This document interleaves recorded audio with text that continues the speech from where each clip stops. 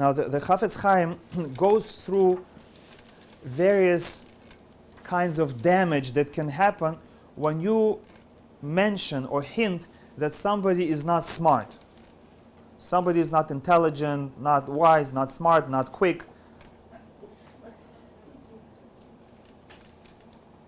For example, he says it's possible that somebody who is a teacher, and if you say he's not smart, then he's going to lose his job. He may lose students, clients. If he's a rabbi, he may lose his rabbinical position. For example, you say somebody is not so smart, he may lose a shidduch. Nobody will want to date not them and not their children, chas v'shalom. Even though this is only your opinion, you think he's not as smart. How do you know? Maybe you are expert in one area and you spoke to them about that area and they happen not to be expert in that. Maybe they know much more in other areas. Sometimes people ask a rabbi a question and the rabbi says, I'm not sure what the answer to this is. And they say, oh, that's it. I'm never going to ask this rabbi any more questions. Because obviously if he doesn't know this, he must not know anything else. And they're not aware that just like doctors and other specialists have area where they are experts in. The rabbis are the same thing. Some rabbis are expert in monetary laws, some are in kashrut laws, some are in Shabbat, some are in family law. Some are like a general doctor, they know a little bit about everything. So speaking negatively about a rabbi, saying that he is not knowledgeable, may cause him parnasa, may cause all the students that could have benefited from him to lose this valuable resource. What if you mention that a person is not strong, or if he's not rich, as people think? So then again the people might not hire this person who you said he's not strong. They might not again do shidduch with him, or they might even fire him from their job. If they find out he's not rich, they're not going to take him into a partnership. They might not again do shidduch with him. You see that any negative you say about people can have devastating consequences, not only for today, not only for bad feelings, but for years to come. If they will not be able to get married to the right one, or they'll have to wait many years because of those few words. And sometimes the damage is not only to that particular person, but to his family. If he will not be able to provide his family with parnasa, his shalom bayit is going to suffer, his children are going to suffer. Chas v'shalom, it can affect, one little word can affect even his children and grandchildren.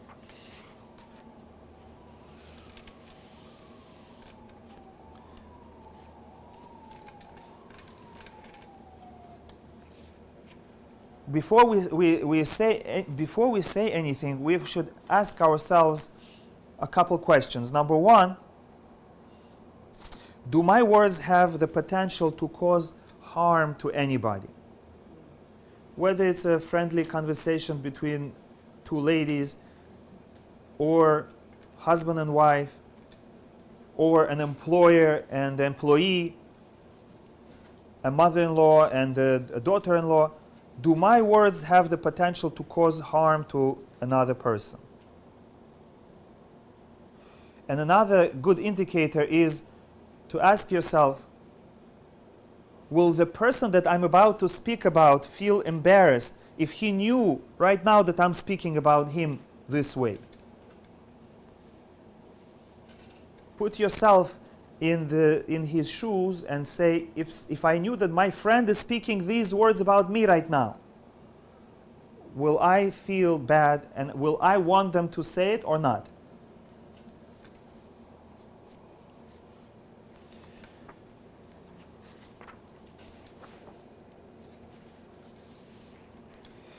Now, often people ask, are we allowed to speak Lashon Hara about not religious people?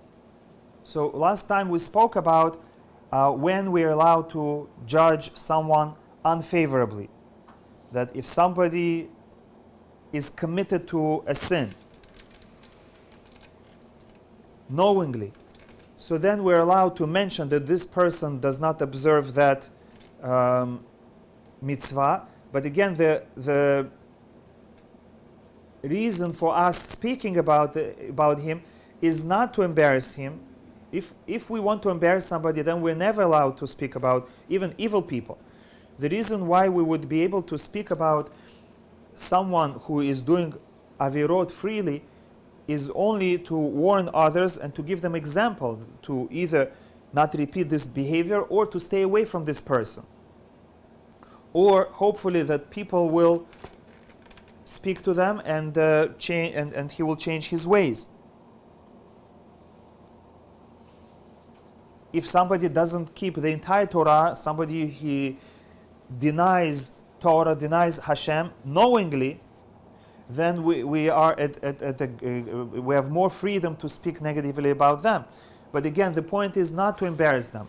The point is to show the falsehood of their beliefs and that their ways are bad.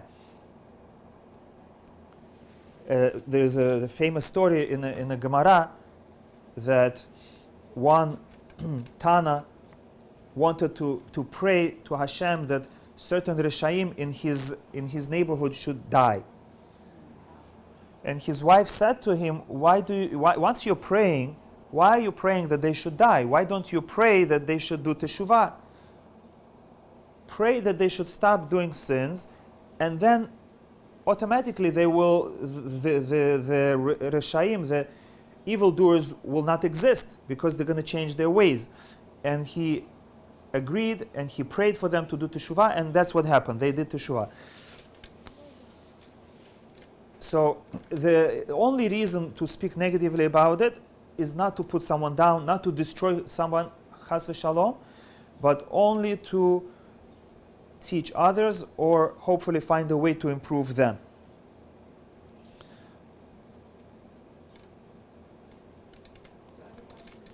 So back to that question you said, you see your son's friend like on the street and he's eating and you say, oh, look at that video. So was that okay to say or not okay? So this is a good question.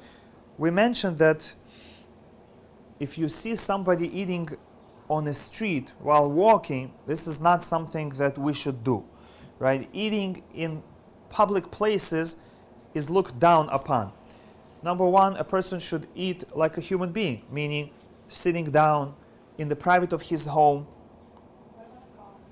In the car, if eating in the car is better than eating on a street, if you can eat the more politely you eat, the better it is. It's not like it's usher, right? It is. It is usher? Yes. For example, if you are in Manhattan and you're waiting for the bus and you're very hungry and you have some food in your knapsack, It's a granola bar or something. a granola bar, what should you do? I'm starving. Right. What can I do? Right. So you can either, while you're walking to the bus, you just take out and you eat. That's the worst. The next one is maybe stand somewhere on a corner or turn towards a wall that the less people see you and eat. The next one, maybe get to the bus stop, maybe if there's a seat, sit down and maybe keep your food in the bag and eat. Or the best maybe would be don't even show the food. Break pieces of it in your bag and then just take and put it in your mouth. Without the less you show, the better it is. Why? Because there is a difference between the way people eat and animals eat. Animals eat as they walk, they jump, they tear apart their prey, and they just consume it, showing their teeth and their open mouth, and the blood is dripping. So that is animalistic. We try to eat in a more polite way, with a plate, with a blessing, with preparation, washing hands. the more we can behave in a more human way, the better it is. And the same you can say about everything we do. We see animals going to the bathroom on the street. They're not embarrassed. We don't do that. So any behavior that is animalistic, physical, we try to do it in private. Whether it is eating, sleeping, going to the bathroom, marital relations, everything that is physical, animalistic has to be done in private. The more private, the better it is. Sometimes you have to eat in public, like at a wedding, or at a bar mitzvah, or at a sudah shlishit in a shul, or over here for breakfast. That is okay because the circumstances are such that you have no other way, and the purpose is good. You are participating in a mitzvah, like in a wedding or bar mitzvah, or in a learning Torah, like here. But without a need, if you have a porch, or whether it's in the back of your house or in the front, you can eat on a porch or you can eat in the house. So if your porch is open and people passing by on the street can see you, better not eat like that, even though it's your own property. If you have a fence, or you turn around, or you put your food below the fence so that they don't see, that's better. If you're eating in a restaurant and it has windows, so don't sit in front of the window. Really? And eat so that the buses and the cars and passerbys look at how you What eat. about not like the outside seating area? Outside seating, if there's outside and inside, try to sit inside. The more tsanur you are, the more private you are, the better it is. Yeah, what about barbecues outside? You can barbecue outside, but then take it inside to eat. Barbecues to eat No, outside, barbecue in the though. park. Yeah, so again, There's if people that too. in every situation, the more you can minimize the exposure, the better. Again, don't eat right there standing by the barbecue. Take your plate, go sit somewhere. That's better. What about networking events? Like, you know how you schmooze, you Yeah. have a cocktail in your hand, or Right. and you have a plate in the other, and you're schmoozing and Right. you're socializing. Right. So That's again, one networking again, event. this is not the proper thing to do. If you can minimize it, better. Eat before, drink before, and come empty-handed, just with a pen and pencil, with your business cards, with a That's not the purpose of recorder. networking event. Let them eat, but you don't Why have to are you eat in paying front for of a them. networking event? You're paying not for the food mostly. Sure. Food and Yes. I So mean, so take some food, eat on the side, and then go. In every situation, try to minimize it. You are at a reception at a wedding, people also walk around. So also sit down. either sit down or at least stand somewhere by the table in a corner, eat quickly, and then walk around and greet people. So, like at a carnival, like for kids also, if they have like, there's gonna be a carnival today, so like they're gonna have like cotton candy and snow cones, whatever. So it's like, if it's a child, you can try to educate the child. But let's say an adult wanted to do it, or the child is a little bit older, you can tell them maybe just like stand in one place, or ice cream. Yes. Just, like, maybe Stand in one and place. walk around. Right, right. What's the concept of walking around with the food? Why is it not allowed? Because we try not to do things that animals do. The way they procreate, the way they go to the bathroom, the way they eat, the way they sleep, we try to do things in private. Personal things are to be done in private. That shows that we are higher than the animals. So even if you're like, even if you are in the neighborhoods where no Jews are passing by, Yes, it's not about Jews, it's about human beings. And even if you are in the private of your home, still you can, if you can choose behavior that is more polite, you have to do it. For example, you have a cup and you have a teapot. Should you drink from the teapot or from a cup? So you should drink from a cup. What about if you have a bottle, even a personal bottle like this, and you have a cup? If you don't have a cup and you're on the street and it's hot, or you're in a car, you cannot have a cup, you need something close, okay. But if you're at home or we're in front of people and there are cups and bottles, should you drink from a bottle or from a cup? so you should drink from a cup. And all the things like that. The more human you are, the better it is. My question was, when you see your son's friend on the street, so how are you supposed to tell your son, okay, this is not like. Yes, so coming back to this question of Lashon Hara, if you see somebody eating on the street and walking, we say that if your words are not to embarrass somebody but to teach a lesson, then you're allowed. And again, you don't say, look how bad he is, look, his parents didn't teach him. No, you just say, our sages teach us that we shouldn't eat because it looks inappropriate. Look, look at this, it doesn't look appropriate for a person to walk and eat. Yes. But wouldn't it be so much better just to teach that without the example? Because then that kid's going to learn, oh, when we see other people, we judge them. Yeah, that's true. For sure. You should teach them without putting anyone in a bad situation. If you see an animal munching while it's eating, you can say, look, this is what animals do. Or we don't. But at the same time, it's a much stronger lesson when you can see it, when you experience it firsthand, when you see the behavior, and yes, it looks not appropriate. My kids do not eat at home, like on Shabbat, let's say, and then they want to go to the park, and I'm schlepping my food to the park. And I'm like running after them to feed them. Yes. So that's another question. Should you be running after your children to feed them? Well, they eat better outside.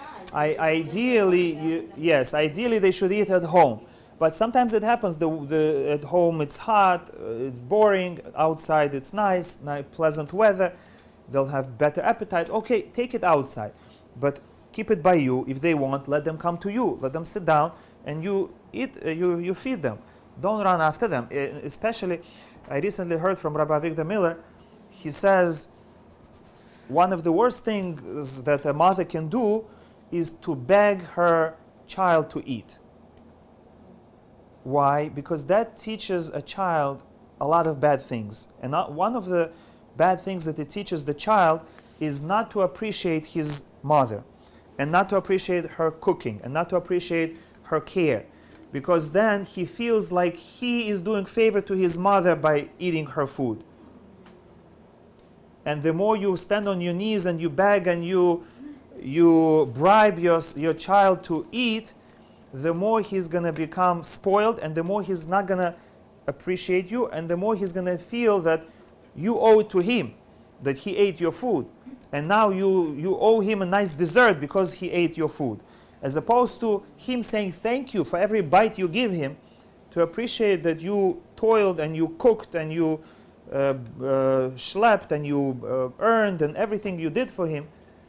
So it's important that children should feel hunger, because then they're going to come to you and say, I'm hungry, and you're going to give them food, and they will appreciate, they will say thank you, and they're going to grow up honoring you and remembering, yes, I was hungry and my mother fed me, instead of my mother all the time ran after me and pursued me and threatened me, and instead of thanking you, they're going to despise you, chas v'shalom. So that's another outcome of running with food after your children. And it's important to teach your children that they should eat by the table, like the adults do. If sometimes it's hard for them to sit, so okay, let them leave, play for a few minutes, and come back. The food shouldn't go with them to the play area. You shouldn't run after them to the play area. Okay.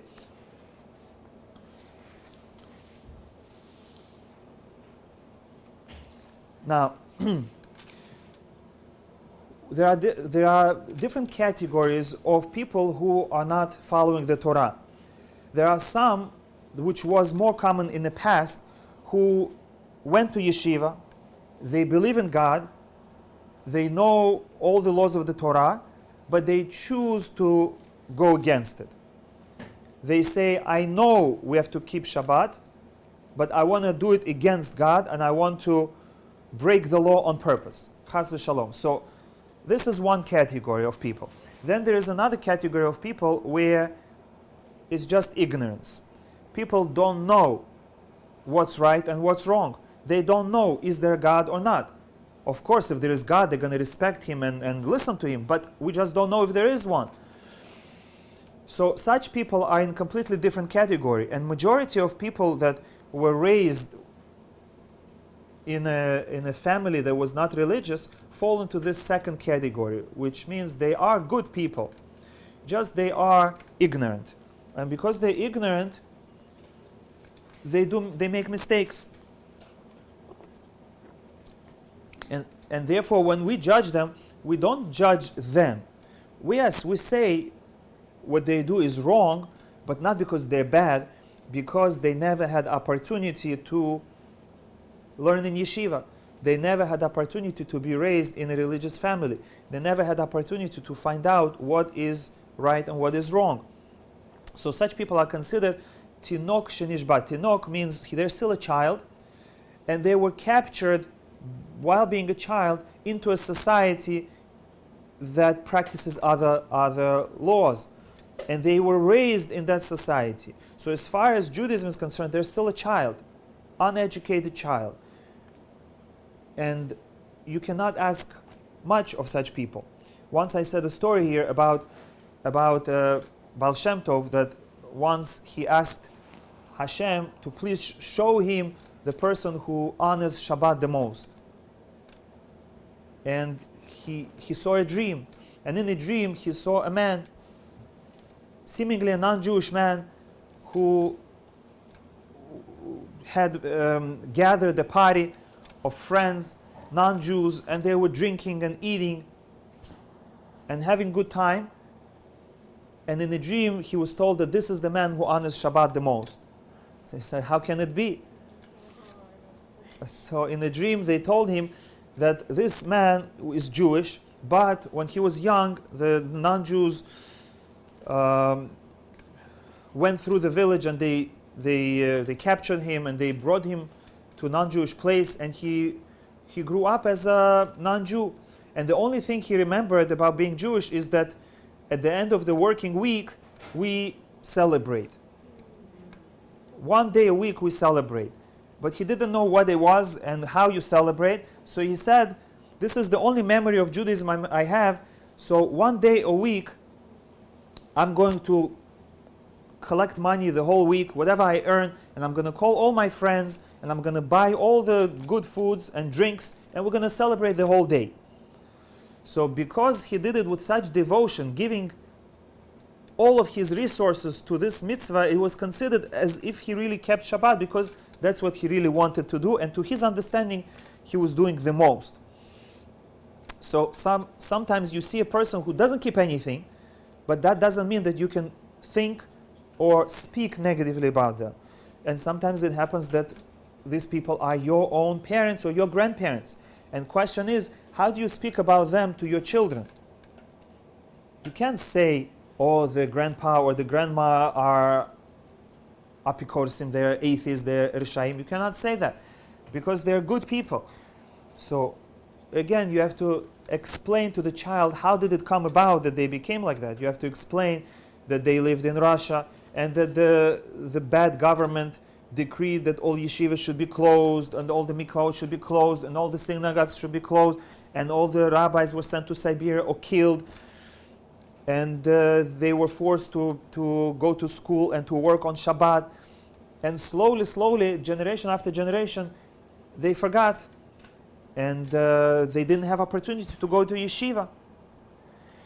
And this way your children will respect the grandparents, they'll treat them properly, and the grandparents will then love you and your children, and they will be inspired, and they will say, if they treat me with so much respect, must be Torah is good. And they will open their mind and ears to actually listen to the lessons of the Torah. And this is the reality, that when somebody becomes religious, people who are not religious automatically assume that you're going to become a better person. You're going to become more polite person. Because they excuse themselves. Okay, we're not polite because we're not religious. Okay, we allow ourselves to be angry and nasty. But if you become religious, you have God in front of your eyes. You understand that there is reward and punishment. Of course, you have to be nice. And it's hard for them to understand, how can a person become religious and still not be nice? And the answer is that we follow our habits. Even though we hear that we're supposed to be good people, giving people, polite people, but our habits, our character takes over, and unless we work hard on it, we go back to our regular selves. And once a grandmother called me and she said, my grandson learns in your yeshiva, and when he comes home, he disrespects me. What kind of yeshiva is it? What kind of rabbi is that you teach him to disrespect me? So I asked her, before your child went to yeshiva, because he was in yeshiva only maybe a year, before that he was in public school, before your grandchild was in yeshiva, did he respect you? And she said, no, he was even worse. So I said, so that means we didn't teach him. It means you taught him. It means in your family he learned how to disrespect the parents and grandparents. And we're trying, but it takes time. But nevertheless, when people see religious people, they automatically expect that you're going to be perfect. But we, on our side, we know that we cannot expect people to be perfect without training, without education. And therefore, when we see a non-religious person, we cannot speak negatively about them. Again, because it's not their fault. If they were given the same care, the same education as we, it could be they would even be higher than we are. If our grandparents were born here and we were born back in Russia, it could be that the roles would be reversed. And so we cannot look down on them.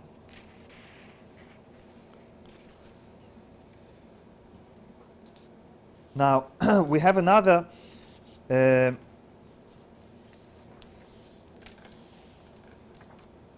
mitzvah when we speak positively, and this is called the Halacha bidrachav. Right? The Halacha bidrachav means you should walk in His ways. We should emulate Hashem. We say Hashem is good. He is all good, and He is giving. His whole desire is to benefit people. And the only times He punishes us is only for our own good. Which means, even in the punishment, we see His love. Soon we're going to read about when the Jewish people asked for meat, and they complained, and Hashem said, I'm going to give you meat, and you're going to be punished through that. So He sent them quail, and they ate, and whoever ate died.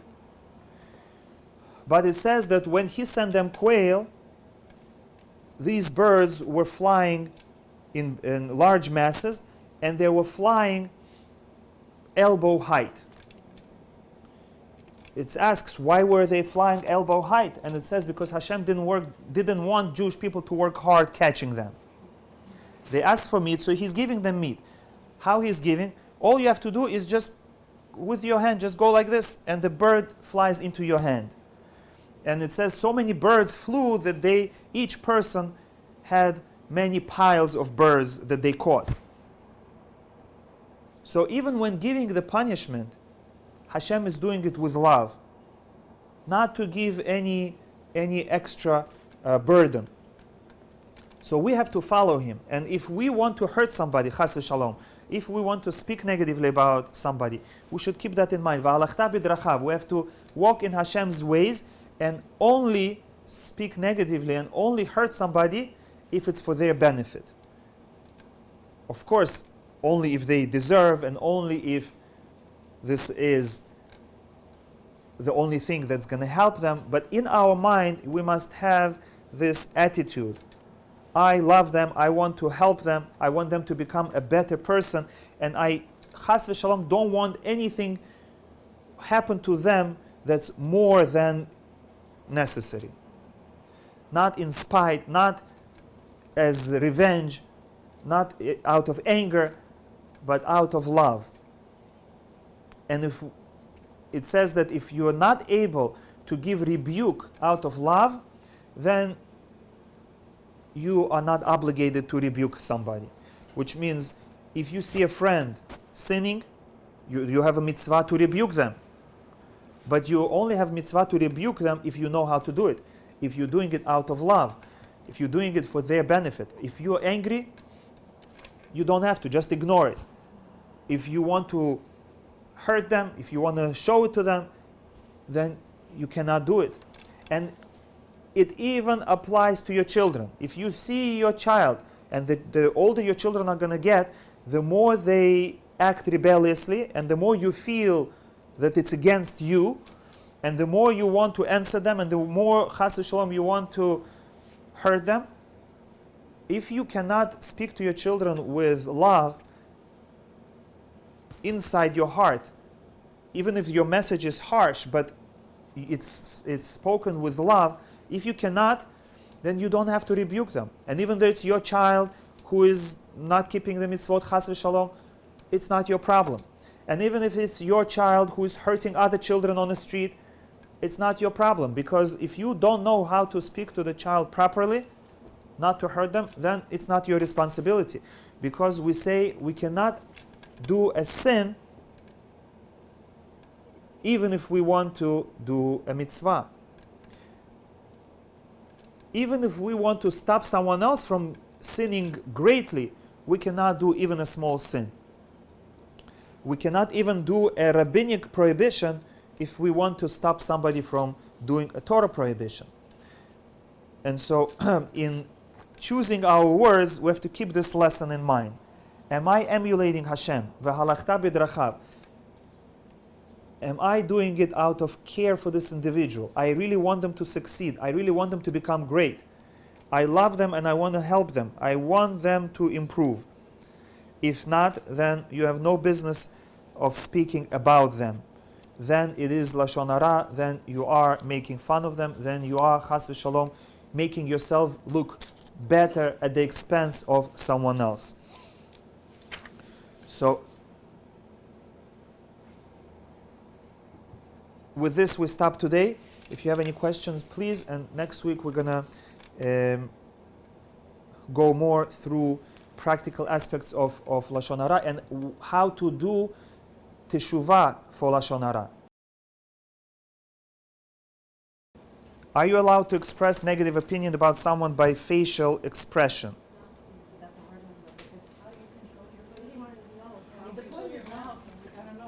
What if you are just joking and in the joke there's something negative, but you never meant it seriously, you just said it as a joke?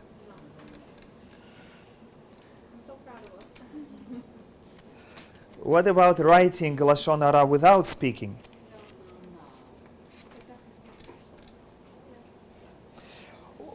What about the following compliment? I finally found a decent book.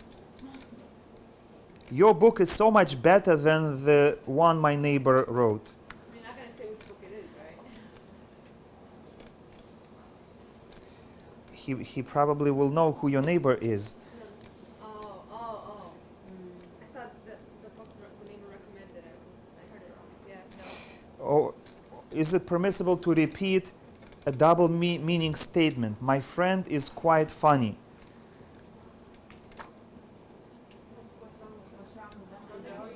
Well, this is called avak Lashon Hara, something that may lead or may be interpreted as Lashon Hara. Because even though you may say positively that he has a good sense of humor, but you may also mean that he's weird, and whoever is listening, they might interpret it that way, and then your words will actually have that meaning, even though that's not what you meant. Are you allowed to say about someone, I don't even want to talk about him? I don't want to say like Yeah, that's an example of what not to say. How do we avoid a kind of like, I don't want to talk about this, Yeah, so you can't say that. So either you have to switch the topic right away, or you say, yes, I know his mother, or I know his sister, and then you switch the topic. You say something neutral, and then quickly steer away from there. Are you allowed to repeat information which is already well known for the purpose of embarrassing the person? For the purpose of embarrassing. Yes. What? No. Okay. Are you allowed to speak negatively about someone and include yourself in the Lashon Hara?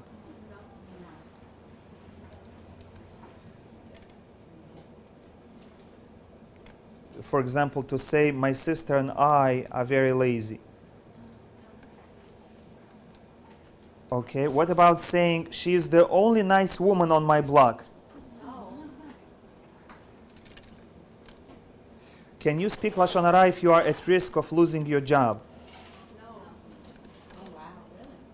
Not even to say we're self for nothing. Right. Wow. And what should you tell your child when he talks negatively about his teacher? You should try to That's build not his nice to self-esteem and try to get him through the year. I reviewed last week's lesson yesterday. Yes. Or try to find out, how you find out like the real, like what happened exactly, or no? Yes. Yes. For they give an example over here. You can say to your child, you may not talk this way about your teacher. If the teacher bothered you personally, or if he did something you think was wrong and I can be of help, then you may tell me. However, you must make sure that no other children or adults are present when you speak. This is to open the door to a child that if really something is going on that's not good, he should be open to speak to you, but at the same time you remind him that he should have respect for adults in general and for teachers in particular, and say it only if there is a chance that the situation can be helped, if there is a purpose for it. If he just wants to complain and not necessarily that you should do anything about it, then he shouldn't say it to you, or he shouldn't say it to his friends. And usually that's what happens. One student just says something, and then everybody else following his example assumes that he's right, and now everything the teacher says or does they interpret negatively, and then they make fun of the teacher to the parents as well, not because the teacher did anything to them, but just because the kids speak like this. Or I'm speaking about this at length a little bit more because it's a popular question that happens often in schools. A lot of times children, since they have good imagination, they imagine things that didn't happen, or they misinterpret the events, or they change the sequence.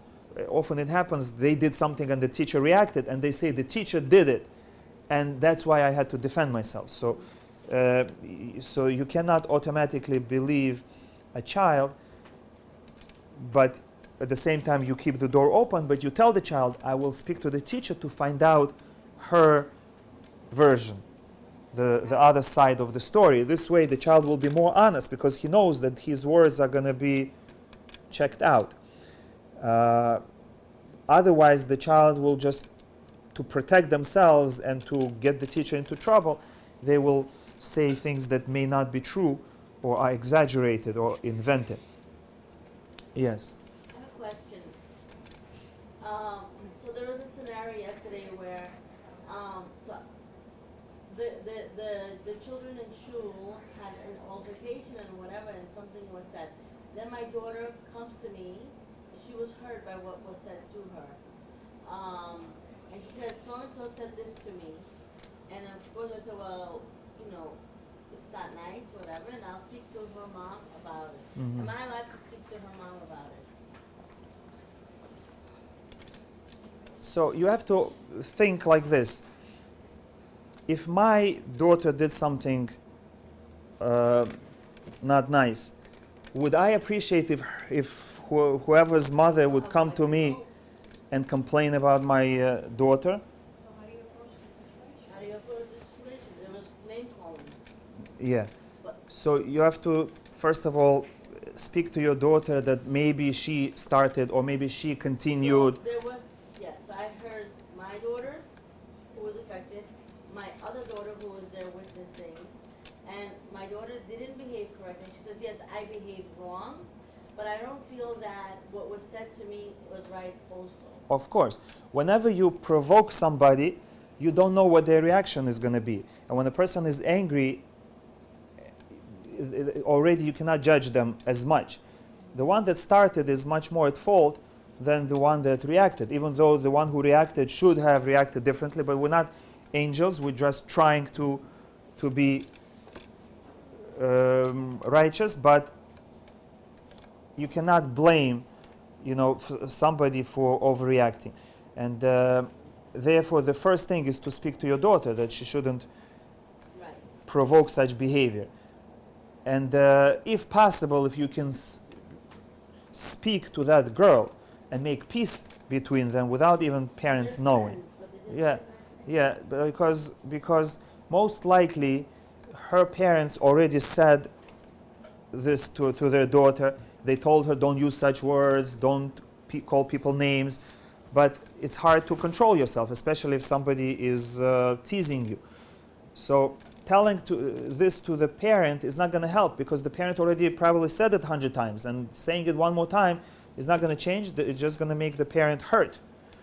So again, every situation is different, but a lot of times you can solve it without speaking to the parent. Either train your daughter or meet with both friends together and make peace between them. Okay, just another few questions. Your mother asks you, how is my grandson doing in school? Why can't you say, I can't tell you? Because then it's going to be like implying something is wrong. She'll think, yeah, something that you're hiding. Yes, yes. Why is it forbidden to praise someone excessively? Because then somebody's going to find something negative to say about that person. And when two people are enemies, why should you avoid mentioning the name of one to the other? Even the name. It will bring up that feeling. Yeah, for sure they're going to think something bad. It happens all the time. Like, I'm afraid to, like, mention people's names in Yes. my house because I'm like, oh my god, he's going to start something crazy. Yes. Yeah. Why is it forbidden to announce publicly that someone was nice enough to lend you a large sum of money? You might not have let someone else that or they might have not given.